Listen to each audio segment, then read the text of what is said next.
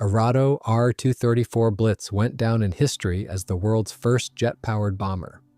One would expect such an aircraft to attract close attention from researchers, yet the Arado 234 remains one of the greatest mysteries of German aviation during the Second World War. Publications devoted to this aircraft often contradict one another, and even the exact number of Arado jet prototypes built is still unknown. Thanks to its high speed, the bomber could outpace any enemy fighter and break through even the densest air defense system.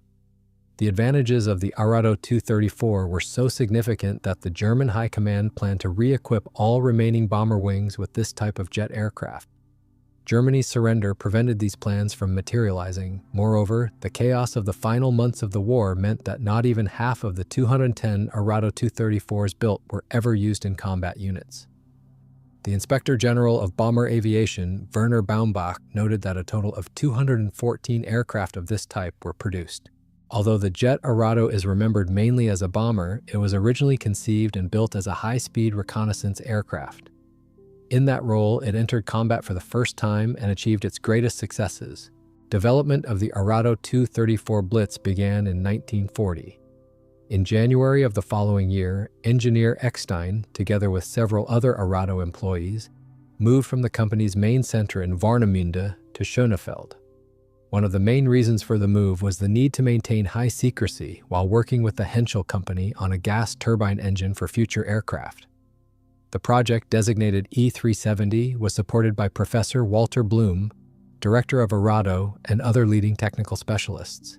Each of them contributed to the work, and gradually the experimental concept took real shape. The Arado board of directors believed that everything developed under Project E370 would prove useful for the long-term program of high-altitude reconnaissance aircraft, such as the Ju-86P, which was already in Luftwaffe service. Some sources even claim that initially there were no plans to build a completely new aircraft. During a meeting at the Technical Department of the Air Ministry on October 24, 1941, Colonel Theodor Rovail, one of the leading experts in high-altitude reconnaissance, took an active part. The officer responsible for Luftwaffe technical policy, General Ernst Udet, supported Arado's innovative project and ordered the immediate construction of 2 prototypes. However, when Udet committed suicide on November 17, 1941, it seemed that the funeral of the famous World War I ace would coincide with the burial of the promising project. It was no secret that his successor, Erhard Milch, held a distinctly negative attitude toward anything supported by Udet. On February 4, 1942, the project, now designated 8234, experienced a rebirth. Field Marshal Milch visited Brandenburg, where Arado's experimental production had been concentrated, and approved the nearly completed high-wing designs with clean aerodynamic lines that only lacked suitable engines. After Milch's visit, Blum received an order to build 6 prototype aircraft under the name Arado 234. By the end of 1942, this order had been expanded to 20 aircraft. A unique feature of the aircraft was its unconventional landing gear system. Initially, to ensure a narrow fuselage cross-section, the designers proposed installing 9 small wheels under the center wing section, similar to the arrangement used on the Arado 232 transport aircraft. Later, however, they adopted an even more unusual configuration. The aircraft was to take off from a detachable wheeled trolley, which was jettisoned after reaching a certain altitude. It was planned that the aircraft would land using a retractable skid under the fuselage and auxiliary landing skis beneath the wings. According to calculations, the aircraft, with a takeoff weight of about 17,600 pounds, was expected to reach 485 miles per hour at an altitude of 19,700 feet and a practical ceiling of 36,000 feet. Initially, Arado estimated its range at 1,235 miles, since the entire fuselage volume was almost completely occupied by the cockpit and fuel tanks. When the technical specifications were officially approved, the required flight range was set at 140 miles, including a safety reserve. With completed Arado 234 airframes, the company impatiently awaited delivery of jet engines. It was only in February 1943 that Junkers shipped 2 experimental Jumo 04A engines. In fact, these were the 6th and 16th engines from the pre-production batch, suitable only for ground runs and static testing. Arado received the first flight-capable engines at the end of spring. Work proceeded rapidly, and less than 2 months later, the first experimental aircraft was ready for testing. Structurally, the Arado 234 was a single-seat, all-metal high-wing monoplane with a single vertical tail fin. The removable cockpit section was bolted to the fuselage. It had a duralumin frame and was glazed with plexiglass on the upper and forward sections, while the remaining parts were covered with duralumin skin. The fuselage itself consisted of 3 sections riveted together. On the first A-series aircraft, all compartments were occupied by fuel tanks. But starting with the B-series, the middle section was redesigned to house the main landing gear in its retracted position.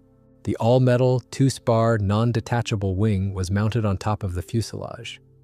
Trapezoidal in plan form, the wing had a sweep angle of 6 degrees. Numerous hatches and panels provided easy access to the control system and electrical wiring inside the wing. To fully balance the aircraft's controls, a special stabilizing device was installed in the tail section, connected to the elevator and rudder control system. In addition, external counterweights were added to the control surfaces for proper balancing. The control column used in the first versions helped the pilot manage the heavy loads encountered during flight. The aircraft's power plant consisted of 2 Jumo 004 turbojet engines, a fuel system. The B model had a front tank of 462 gallons and a rear tank of 528 gallons, and an engine management system. The plane carried no armor or armament. However, it was equipped with a full set of navigation instruments that allowed it to operate during the day, even in difficult weather conditions. Its radio station, equipped with a VHF adapter, could function as a radio semi-compass. A special lung regulator in the oxygen system provided the pilot with comfortable conditions at high altitudes, up to the aircraft's maximum operational ceiling. On the evening of July 30, 1943, about a year after the first jet flight of the Messerschmitt 262, the chief test pilot of the Arado company, named Salo, took to the air for the first time in the Arado 234 jet from an airfield near Münster. The flight lasted 14 minutes and was successful, except that the wheeled, trolley-type landing gear broke completely upon contact with the ground. The braking parachutes of the unusual platform failed to open when jettisoned. Sell had such confidence in the aircraft's potential that during the second flight, which lasted 54 minutes, he reached a speed of 404 miles per hour. However, the third flight had to end with a forced landing due to malfunctions in the engine control system. The military soon came up with the idea of turning the unarmed aircraft into a high-speed bomber.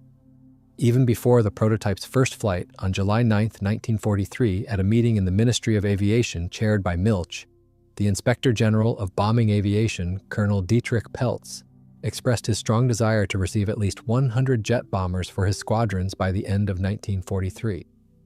A campaign against England was being prepared, later known as the Little Blitz or Baby Blitz, and Peltz believed that if the Arado Blitz appeared in time and in sufficient numbers, German raids in 1944 could be more successful than 4 years earlier.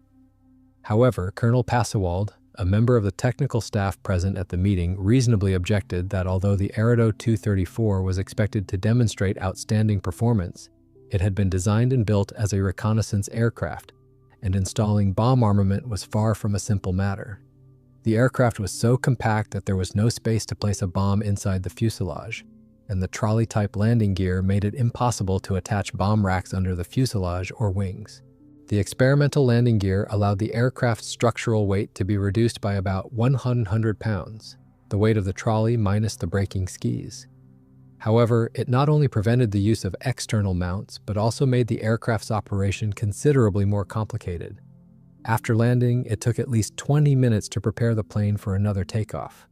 For this reason, the 8th prototype became the last in the A-series equipped with trolley-type gear. Starting with the 9th prototype, the B-series was introduced, featuring a more traditional tricycle undercarriage with oil pneumatic shock-absorbing struts. The front leg lacked a damping mechanism like those used on the American B-25 Mitchell or the German Messerschmitt 262 and Heinkel 280, so the nose wheel, 24.8 by 8.7 inches, was placed well behind the pivot axis of the fork. The main wheels, measuring 36.8 by 13.6 inches, were controlled electro-hydraulically and, like the nose wheel, were fully enclosed by doors when retracted. The Ministry of Aviation approved the use of Junkers jet engines for the Arado 234, but prioritized deliveries to the Messerschmitt 262 program. As a result, the Arado company continued studying alternative power plant options. Interesting tests in mid-1943 showed that the BMW 003 engines, although producing 88 pounds less thrust than the Jumo 004, were themselves 529 pounds lighter. This led to the idea of equipping the jet aircraft with 4 BMW 003 engines. The concept was first realized on prototype number 6.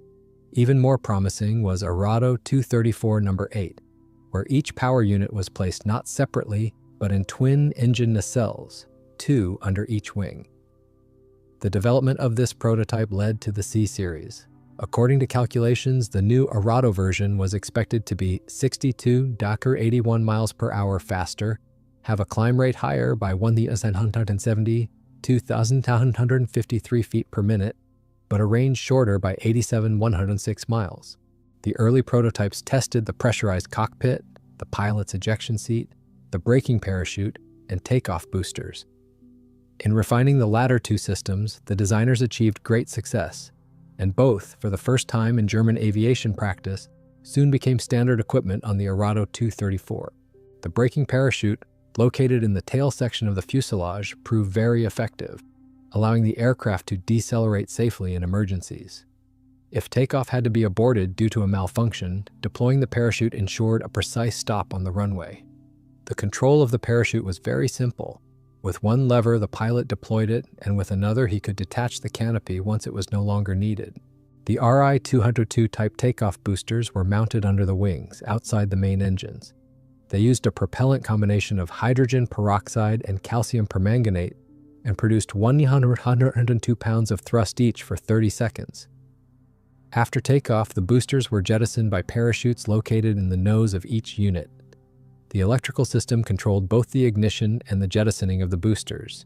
On November 2, 1943, a great tragedy struck the Arado company. During the testing of the second Arado 234 prototype, the company's chief test pilot, Zell, was killed. According to a report by Arado's chief engineer, Hoffman, the pilot had been tasked with determining the aircraft's optimal rate of climb. At an altitude of about 5,000 feet, he reported over the radio that the left engine was smoking. Approximately a minute and a half later, he reported vibration in the tail assembly and ailerons. Through binoculars, the engineer clearly saw the left engine burning, and soon flames appeared beneath the wing. Zell attempted to land the aircraft, but burned-out wiring made it practically uncontrollable. Just before reaching the ground, the burning engine detached and fell, followed shortly by the second prototype and its pilot. The exact cause of the fire was never determined. The disaster did not prevent the successful demonstration of the third prototype before the Führer in East Prussia at Insterburg on November 26, 1943. Hitler granted the Arado company carte blanche, promising to supply the necessary materials and labor so that by the end of 1944, at least 200 Arado 234 aircraft would be built. In reality, according to various sources, between 148 and 150 jet aircraft were produced. The fourth prototype appeared on September 15th, resembling the third, followed by the fifth prototype on December 20th, equipped with 2 Junkers engines producing 1,870 pounds of thrust each. The sixth prototype, which first flew on April 8, 1944, had 4 BMW turbojet engines, each with 1,760 pounds of thrust, mounted in 4 separate nacelles. The seventh prototype became the last of the A-series and was fitted with 2 Junkers engines of 1,980 pounds of thrust each. During one of the early flights, the left engine caught fire, burning through the control linkages inside the wing. In an attempt to land the aircraft, Arado's chief test pilot, Captain Zelle, was killed. The eighth prototype was fitted with 4 BMW engines. However, unlike the sixth prototype, they were mounted in paired nacelles. This configuration would later be used in the C-series. Although the takeoff trolley and landing skids were now functioning properly, it became clear that the aircraft's immobility after landing would be a serious drawback in combat conditions. It was therefore decided to equip the aircraft with a conventional wheeled undercarriage. The fuselage was widened to accommodate the main gear roughly in its midsection, with the nose gear located beneath the cockpit. After the installation of retractable landing gear, the aircraft received the designation Arado 234B, and the ninth prototype, the first in this configuration, took off on March 10, 1944. It was followed on April 2nd by the 10th prototype, which lacked a pressurized cockpit and ejection seat. This version was equipped with 2 bomb pylons located beneath the engine nacelles and was used for testing the bomb aiming computer. The 11th prototype, similar in configuration to the 9th, flew on May 5, 1944. The 12th and 14th prototypes were similar to the 10th. The 15th and 17th prototypes were fitted with 2 BMW engines and were used for engine testing. Numerous problems arose with the BMW engine thrust control system, so these prototypes were dedicated to refining them. It is remarkable that, with their characteristic precision, the Germans continued producing prototypes even as the situation on the front was rapidly deteriorating. The 13th prototype had 4 BMW engines arranged as on the 8th prototype. On June 8, 1944, the first 20 pre-production aircraft, designated Arado 234B0, left the assembly plant at Alt-Lonowitz on the Czech-German border. 13 of these machines, lacking pressurized cabins and ejection seats, were delivered to Rechlin for testing and refinement. They were followed by the reconnaissance version, Arado 234B1, capable of carrying 2 cameras or 1 camera combined with another payload. The Arado 234B2 was a bomber capable of carrying a maximum bomb load of up to 4,400 pounds, but could also be used for reconnaissance. Several variants were created, including the B2B reconnaissance and B2R bomber leader equipped with additional fuel tanks. In general, aircraft equipped with an autopilot received the letter P in their designation. Those fitted for reconnaissance, the letter B, and those capable of carrying extra fuel tanks, the letter R. These letters could be combined, for example, Arado 234B 2BPR. All aircraft were fitted with braking parachutes, though they were rarely used in practice. The bomber was equipped with a 3-axis autopilot and a tachometric bomb sight. Interestingly, to access the sight eyepiece, the control column could be swung to the right, a procedure performed only in level flight. For bombing from steep dives, a bomb aiming computer and a periscopic sight were used. The periscope was located at the top of the cockpit canopy glazing, also serving as a rear-view periscope. The final version of the Arado 234B was the B3, but it was abandoned in favor of the Arado 234C. In early 1944, the 5th and 7th prototypes were transferred to Juvincourt, near Reims. The first flights began on July 20th, but due to constant Allied air raids on the airfield, they were extremely risky. For the tests of this jet aircraft, a special grass-covered runway was prepared, since it turned out that the landing skis were destroyed when attempting to land the aircraft on a concrete strip. The takeoff trolley operated normally, with only one case recorded where it failed to detach from the aircraft. Both prototypes were equipped with Walter rocket boosters for takeoff. The boosters performed well in service, except for their parachutes. After takeoff, they were supposed to descend by parachute, which sometimes failed to deploy. Considering the revolutionary nature of the power plant, it can be said that the tests were highly successful. The first 2 prototypes accumulated 22 and 24 flight hours respectively. On August 27, 1944, the unit was relocated to Chièvre, 3 days later to Volkel, and finally on September 5th arrived at Rennes. There it received 2 more production Arado 234 aircraft. By the 1st of November, 24 sorties had been carried out, with engine malfunctions observed in 3 of them. The production engines suffered from turbine wheel and ring failures, and practically all of them were overhauled before being installed on the aircraft. Scheduled engine maintenance was performed after 10 hours of operation, and the total service life was only 25 hours. While the long-range reconnaissance detachment of 2 pilots was preparing for combat, the Allies landed in Normandy. Orders came to relocate for further operations to Juvincourt near Reims, France. During the transfer flight on July 25, 1944, Gotz's aircraft crashed, and only Sommer reached northern France. The Army Command was already aware of the capabilities of the new aircraft, which at that time was the fastest reconnaissance plane in the world. The experienced reconnaissance pilot Sommer was eager to prove himself. However, the Arado could not take off until a special takeoff platform, transported under strict secrecy by rail, arrived. 18 Luftwaffe mechanics and representatives of the companies that produced the airframe, engines, and special equipment bustled around the unusual aircraft. While preparations were underway, the Arado 234 was securely hidden in a closed hangar. Only in August did Sommer perform his first combat sortie. It took 20 minutes to climb to an altitude of 34,450 feet. During this time, the reconnaissance plane approached the combat zone. Over Cherbourg, the pilot descended to a working altitude of 32,010 feet and began photographing at a speed of 460 miles per hour. The automatic systems worked flawlessly, taking a frame approximately every 11 seconds. Visibility was excellent, but Sommer did not notice whether anyone tried to intercept his aircraft. Only explosions from anti-aircraft shells continuously flashed far below. The pilot made 3 passes over the Allied landing zone and then safely landed at Juvincourt. The aircraft had barely stopped on the runway when people from all over the airfield ran toward the Arado. Within an hour and a half, the main zone of positions held by Anglo-American troops was photographed. 20 people processed 380 photos over 2 days, after which a detailed report was compiled. For almost 2 months prior, the German command had been completely unaware of what was happening on the other side of the front line. The ground forces often suffered from sudden attacks. All attempts by even relatively modern aircraft such as the Ju-88 and Do-2117 to penetrate the Forbidden Zone had resulted only in heavy losses. Later, based on 22 flight hours by Gotz and 24 by Sommer, a large film was compiled, allowing an assessment of the number of troops that had crossed the English Channel. 1.5 million soldiers and officers, 1.5 million tons of various cargo, and about 1/3 of a million vehicles of different types.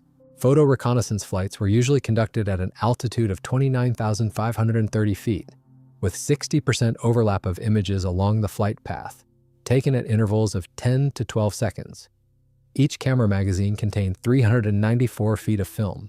During these flights, most of which took place over British territory, the aircraft easily evaded attacks from Allied interceptors, although the pilots flying the Arado were instructed not to perform evasive maneuvers, as doing so caused a rapid loss of speed, the Arado's main advantage. In September 1944, a unit called Sonderkommando Gotz was formed. It was established in Rhine on the basis of part of the test detachment and equipped with 4 reconnaissance Arado 234 aircraft. The test unit itself began flight trials with 4-engine Arado 234 prototypes, and in November 2 more reconnaissance units were formed, named Sonderkommando Hecht and Sonderkommando Sperling. By the end of January 1945, all 3 Sonderkommandos were disbanded, but they were replaced by units based in Rhine and Denmark. They continued aerial reconnaissance flights over the British Isles, the last of which were carried out from Sola airfield in Norway at the very end of the war. The last reconnaissance unit was Sonderkommando Sommer, based in Udine near Trieste. This detachment, consisting of 3 reconnaissance Arado 234 aircraft, was created in response to complaints from German forces in northern Italy about a lack of information regarding Allied troop movements. The unit drastically improved the situation, conducting photo reconnaissance over the Ancona and Leghorn areas from altitudes up to 39,370 feet. In October 1944, the first bomber unit was finally formed in Alt-Lönnewitz.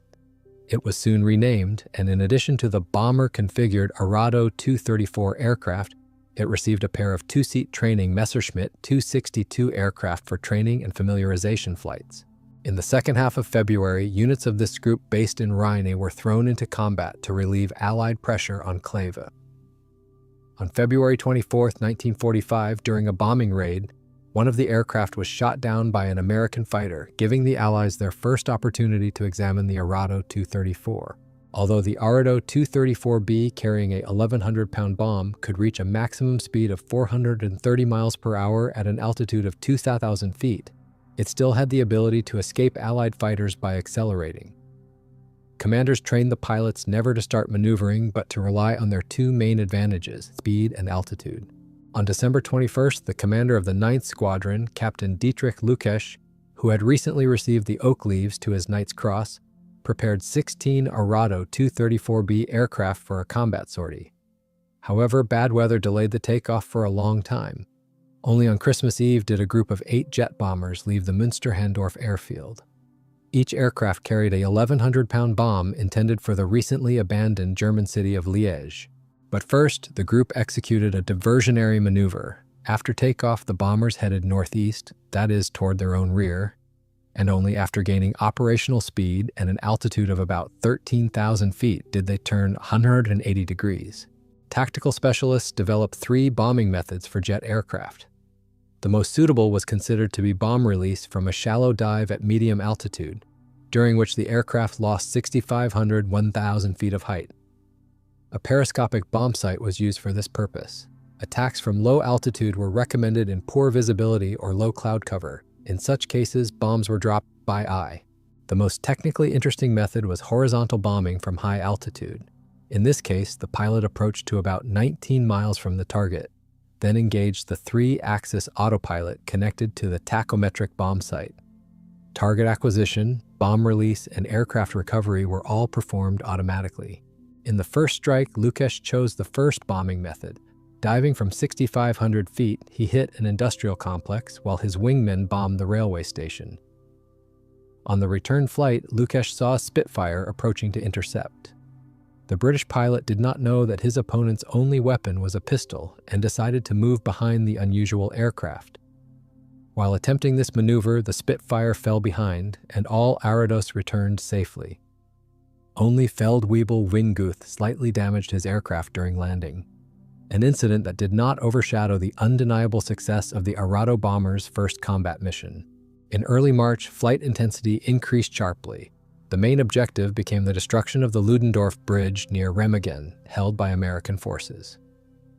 Between March 7 and 17, German units continuously bombed the bridge with 2,200-pound bombs, supported by Messerschmitt 262 jet bombers.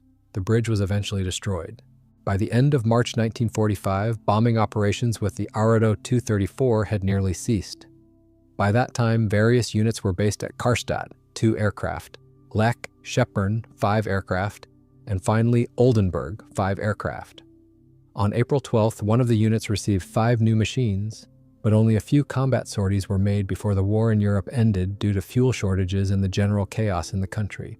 The Arado 234 was also used as a night fighter, a unit known as Kommando Bonau, after its commander, Major Kurt Bonau, was formed in March 1945 and received 2 specially converted Arado 234s.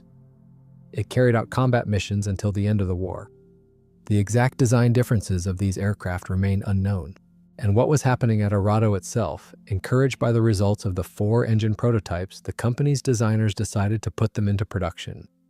A pre-series prototype lifted off the runway on September 30th, 1944.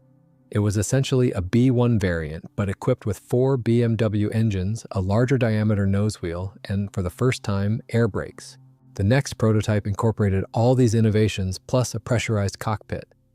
The C1 and C2 models, intended for mass production, were similar to the corresponding B1 and B2 versions, but included all improvements.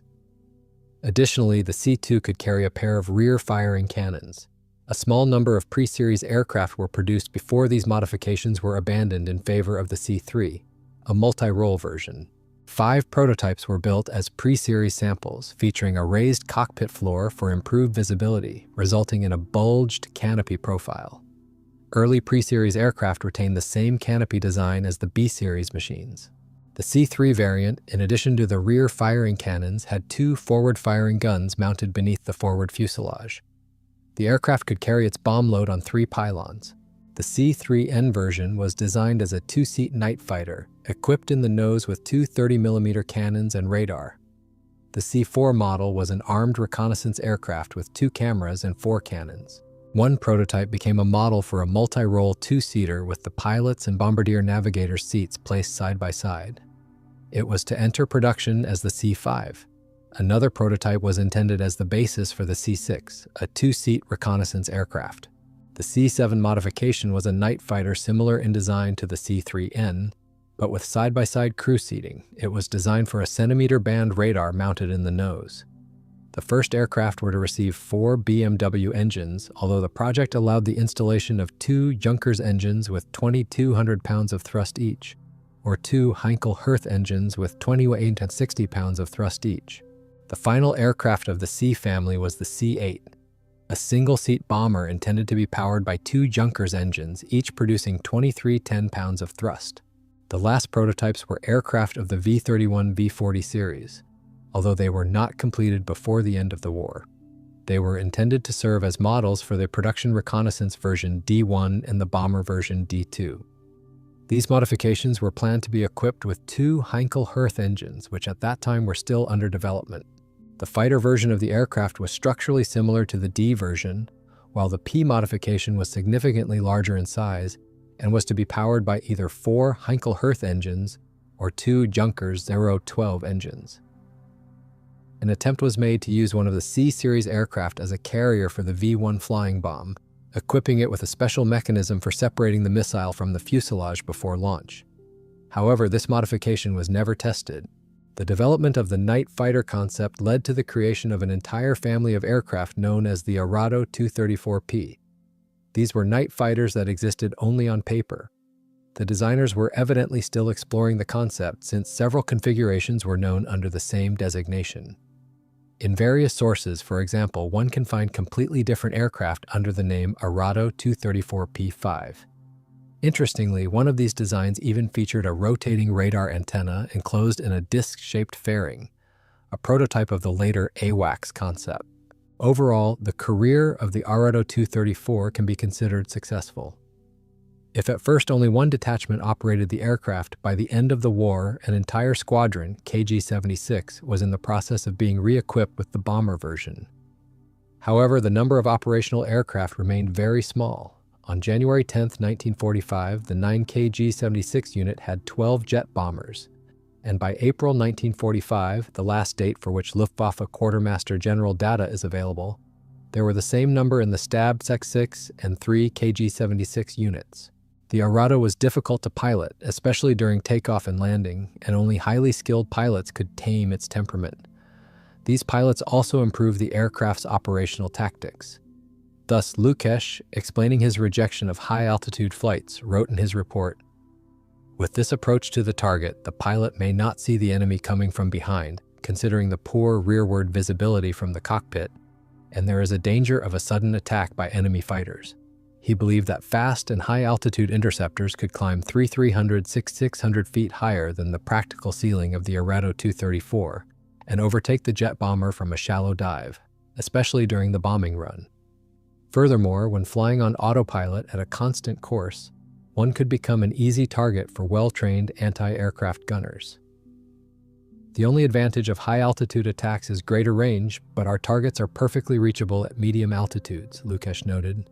This commander is credited with conducting the first night bombing by jet aircraft on the night of New Year's Eve, 1945. All commanders in KG-76 had considerable experience. The Commodore, Lieutenant Colonel Robert Kowalewski, had first distinguished himself in the Middle East as a torpedo bomber pilot, and later over Germany while intercepting B-17 and B-24 four-engine bomber formations in Mi-410s. He had experience commanding large air units such as a full squadron. Even more battle-hardened was the commander of the 30 KG-76, Major Hans-Georg Becher.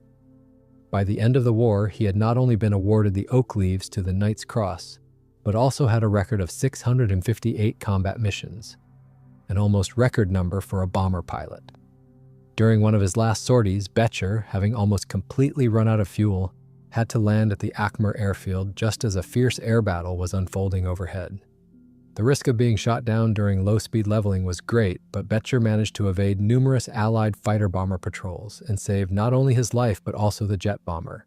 Overall, despite the overwhelming air superiority of Anglo-American aviation at the end of the war, and the Arado 234 was used exclusively against them, losses were small, even during takeoffs and landings, thanks to the organization of additional observation posts, excellent communications, and strong anti-aircraft coverage. Historians Jeffrey Ethel and Alfred Price note that by March 25, 1945, only 4 KG-76 pilots had been killed in combat, the same number in crashes, and 7 were wounded in accidents. Few Allied fighters could boast of successfully intercepting an Arado 234, and all such encounters involved the most modern and fastest aircraft. Among the lucky few were Lieutenant David John Reed of the 41st Squadron flying a Spitfire 14th, which reached a maximum speed of up to 439 miles per hour at altitude. Lieutenant George William Verley of the 222nd Squadron flying a Tempest 5, 432 miles per hour. and a group led by Captain William Henry Brown of the 82nd Squadron flying P-51D Mustangs, 436 miles per hour.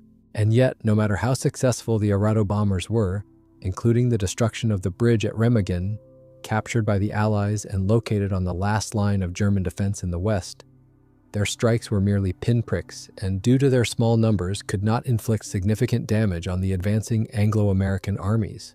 A more substantial role belonged to the Arado reconnaissance aircraft. After successful photo reconnaissance missions over the Netherlands, Belgium, France, Italy, and even Great Britain, the jet aircraft became the eyes of both Ground Command and the Luftwaffe headquarters during the final months of the war. The reconnaissance units were equipped with versions of the aircraft that had two fixed MG-151-20 cannon mounts for rearward firing from beneath the fuselage. The losses among reconnaissance aircraft were even lower than those of the jet bombers. The oft-repeated information in Western publications that on February 11, 1945, the commander of the 174th Squadron, Douglas Charles Fairbanks, shot down a bomber version of the aircraft from the 1F-123 unit while it was approaching to land over the Rhine airfield, killing Captain Hans Felde, only further illustrates how rare such events were. Incidentally, Fairbanks himself claimed the kill as a Me-262. At the beginning of 1945, the German air units began a large-scale reorganization of their jet reconnaissance squadrons. Sperling's command, led by Goetz, was transformed into the 1st Reconnaissance Squadron of the 123rd Wing. From other units on the Western Front, 2 new squadrons equipped with Arado 234 aircraft were formed. At the same time, Sommer took command of his unit in Italy. If in January 1945 only 5 reconnaissance Arados were active in the sky, by April their number had increased to 24. All squadron commanders and many pilots had hundreds of combat sorties to their credit. However, in the Luftwaffe, reconnaissance pilots were always less celebrated than bomber or attack pilots, not to mention fighter aces. For this reason, official propaganda devoted far less attention to their achievements. Although the Arado 234 had been designed as a reconnaissance aircraft, it was in this role that it truly demonstrated its full potential. Among the numerous prototypes and projects, the Arado company managed to bring 2 more variants into actual production. In the final weeks of April, 14 Arado 234C aircraft with 4 BMW 003 engines were completed, along with a single Arado 234D1 reconnaissance aircraft and 1 Arado 234D2 bomber. The D-series models were fitted with 2 experimental turbojet engines, each producing 2,006 pounds of thrust at ground level. According to calculations, their speed and rate of climb were to be similar to the C model, while their range matched that of the B version. The D-series aircraft were never tested, and their participation in combat, as with the C-series, is highly unlikely. Another variant was not built from scratch, but resulted from a factory conversion of a standard Arado 234B2 bomber. In March 1945, at least 3 jet aircraft were converted into night fighters. A pair of 20mm cannons were installed under the fuselage, and a Neptune radar with nose-mounted antennas was added to detect enemy bombers. However, shortly after the formation of this small unit, its commander, Captain Bisping, was killed in a crash. His successor, Captain Karl Bonau, together with his wingman, defended Berlin's night skies.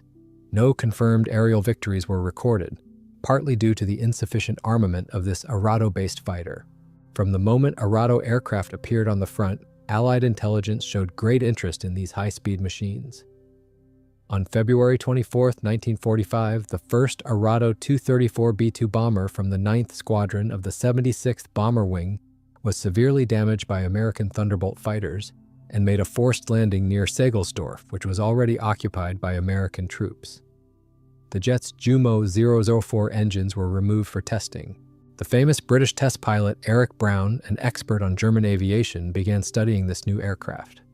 He was initially assisted by former Arado test pilot Captain Mirsch, and later by another test pilot, Johann Karl. During the test flights and the transfer to England, numerous incidents occurred. Forced landings, engine failures. Yet Brown's assessment was positive. The jet aircraft's characteristics are excellent at high altitudes. It is stable along all 3 axes, and the controls are very well balanced. The excellent forward visibility placed this aircraft first among bombers and reconnaissance planes in terms of crew operating conditions. After reaching a speed of 475 miles per hour on an Arado 234 without external attachments, Eric Brown concluded that the machine truly lived up to its name, Blitz, lightning. Historian Roger Patterson Bateson was mistaken when he claimed that Soviet leadership, particularly the Air Force Research Institute of the Red Army, showed no interest in this jet innovation until 1946. Although the Arado factories and the test airfield were located in the Soviet occupation zone of Germany, no airworthy Arado 234 aircraft were found. For testing, a single Arado 234 B-2 bomber was selected. This aircraft had been built in January 1945, and 2 months later made a forced landing that damaged its landing gear, wing, and some structural elements of the fuselage. After a full overhaul carried out by the Bachmann repair plant in the city of Ribnitz, its right engine failed on the very first flight in April 1945. The jet made an emergency landing at the Putnitz airfield, where it remained until the arrival of Soviet forces. A team from the Air Force Research Institute immediately began restoring the aircraft, and though not without problems, it was returned to flying condition. To save time, the first stage of flight testing was decided to be conducted in Germany. The flights were carried out first at the Putnitz airfield, then at Rechlin and Hertz. The conclusions made by the head of the Institute's department, Engineer Lieutenant Colonel Anatoly Georgievich Kochetkov, were influenced by his constant comparison of the Arado 234 with the Messerschmitt 262 fighter, which he had recently tested. Kochetkov noted that the Arado 234 was less refined in design and significantly inferior in flight and tactical performance. Soviet testers achieved a maximum speed of 429 miles per hour at an altitude of 13,120 feet, but it surpassed the Messerschmitt in range and endurance. It was noted that the Arado was more difficult to pilot than the Messerschmitt 262 and had several design drawbacks. In particular, its takeoff and landing characteristics did not allow flights at full load from ordinary airfields without the use of rocket-assisted takeoff boosters and a braking parachute on landing. For example, with a takeoff weight of 18,014 pounds, a concrete runway of 5,282 feet was required for takeoff, while at a landing speed of 91 miles per hour, the rollout distance was 40,364 feet.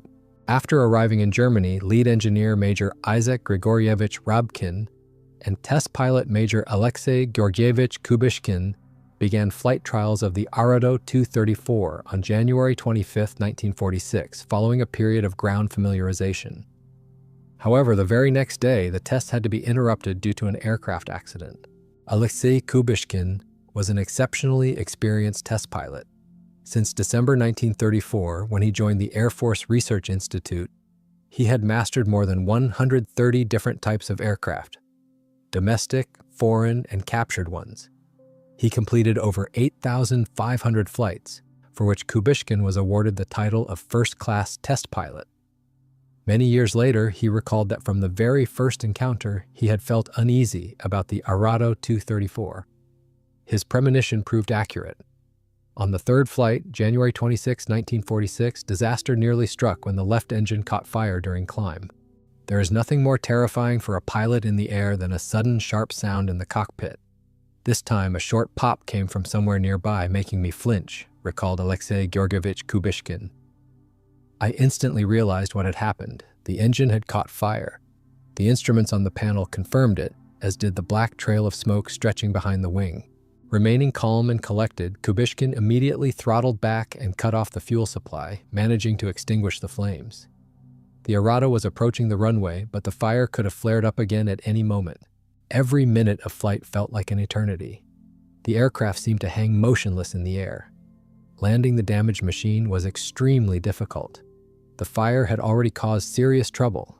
The landing gear and flap control systems were disabled. I had to lower the gear manually while the flaps failed to deploy at all. Even the smallest mistake during landing could have sent the aircraft beyond the runway limits. But everything turned out well thanks to a successful landing. Interestingly, the circumstances of this accident were very similar to those that caused the crash of the German pilot Cell on November 2, 1943. During landing, the braking parachute performed excellently, reducing the landing roll to 2,083 feet, about 635 meters. The parachute, with an unusually shaped canopy, was later studied in detail at the Flight Research Institute. It was found that the landing roll was shortened by an average of 40%, matching the manufacturer's specifications. After repairs, flight tests resumed on February 14, 1946, and were completed on February 26. In total, 5 flights were performed with a combined duration of 3 hours and 13 minutes. On the final day of testing, another fire broke out, this time in the right engine during takeoff. Examination revealed damage identical to the first case: a burned-out exhaust pipe and scorched, destroyed turbine blades. The pilot noted that the lack of rearward visibility prevented early detection of engine fires, which were discovered only by falling RPM and a characteristic grinding noise. During testing, 2 engines failed after operating for only 7 to 11 hours. German reports stated that to ensure long-term operation of early series engines, it was necessary to handle the power lever very carefully. This requirement was easier to fulfill during reconnaissance flights at maximum speed and high altitude. German engineers believed that Arado aircraft would prove more reliable in service than Messerschmitts with the same engines, thanks to having only 2 large fuel tanks and a more sophisticated design of high-altitude electric pumps. However, engineer Ilya Grigorievich Rabkin reached a different conclusion.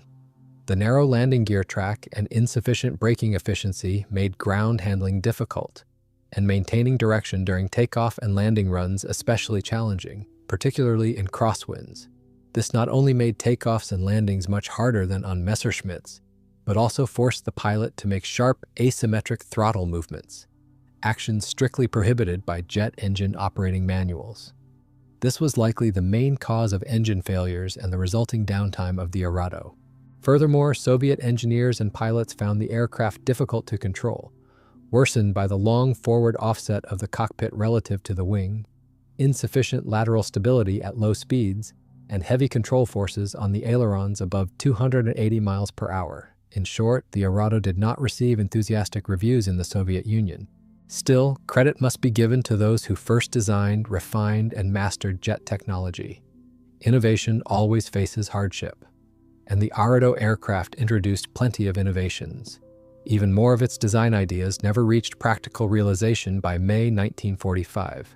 Most experts around the world understood that a completely new era in aviation was beginning. The future belonged to jet aircraft. This future in leading aviation nations, the USSR, the United States, and Great Britain, came much closer after their study of German jet aircraft.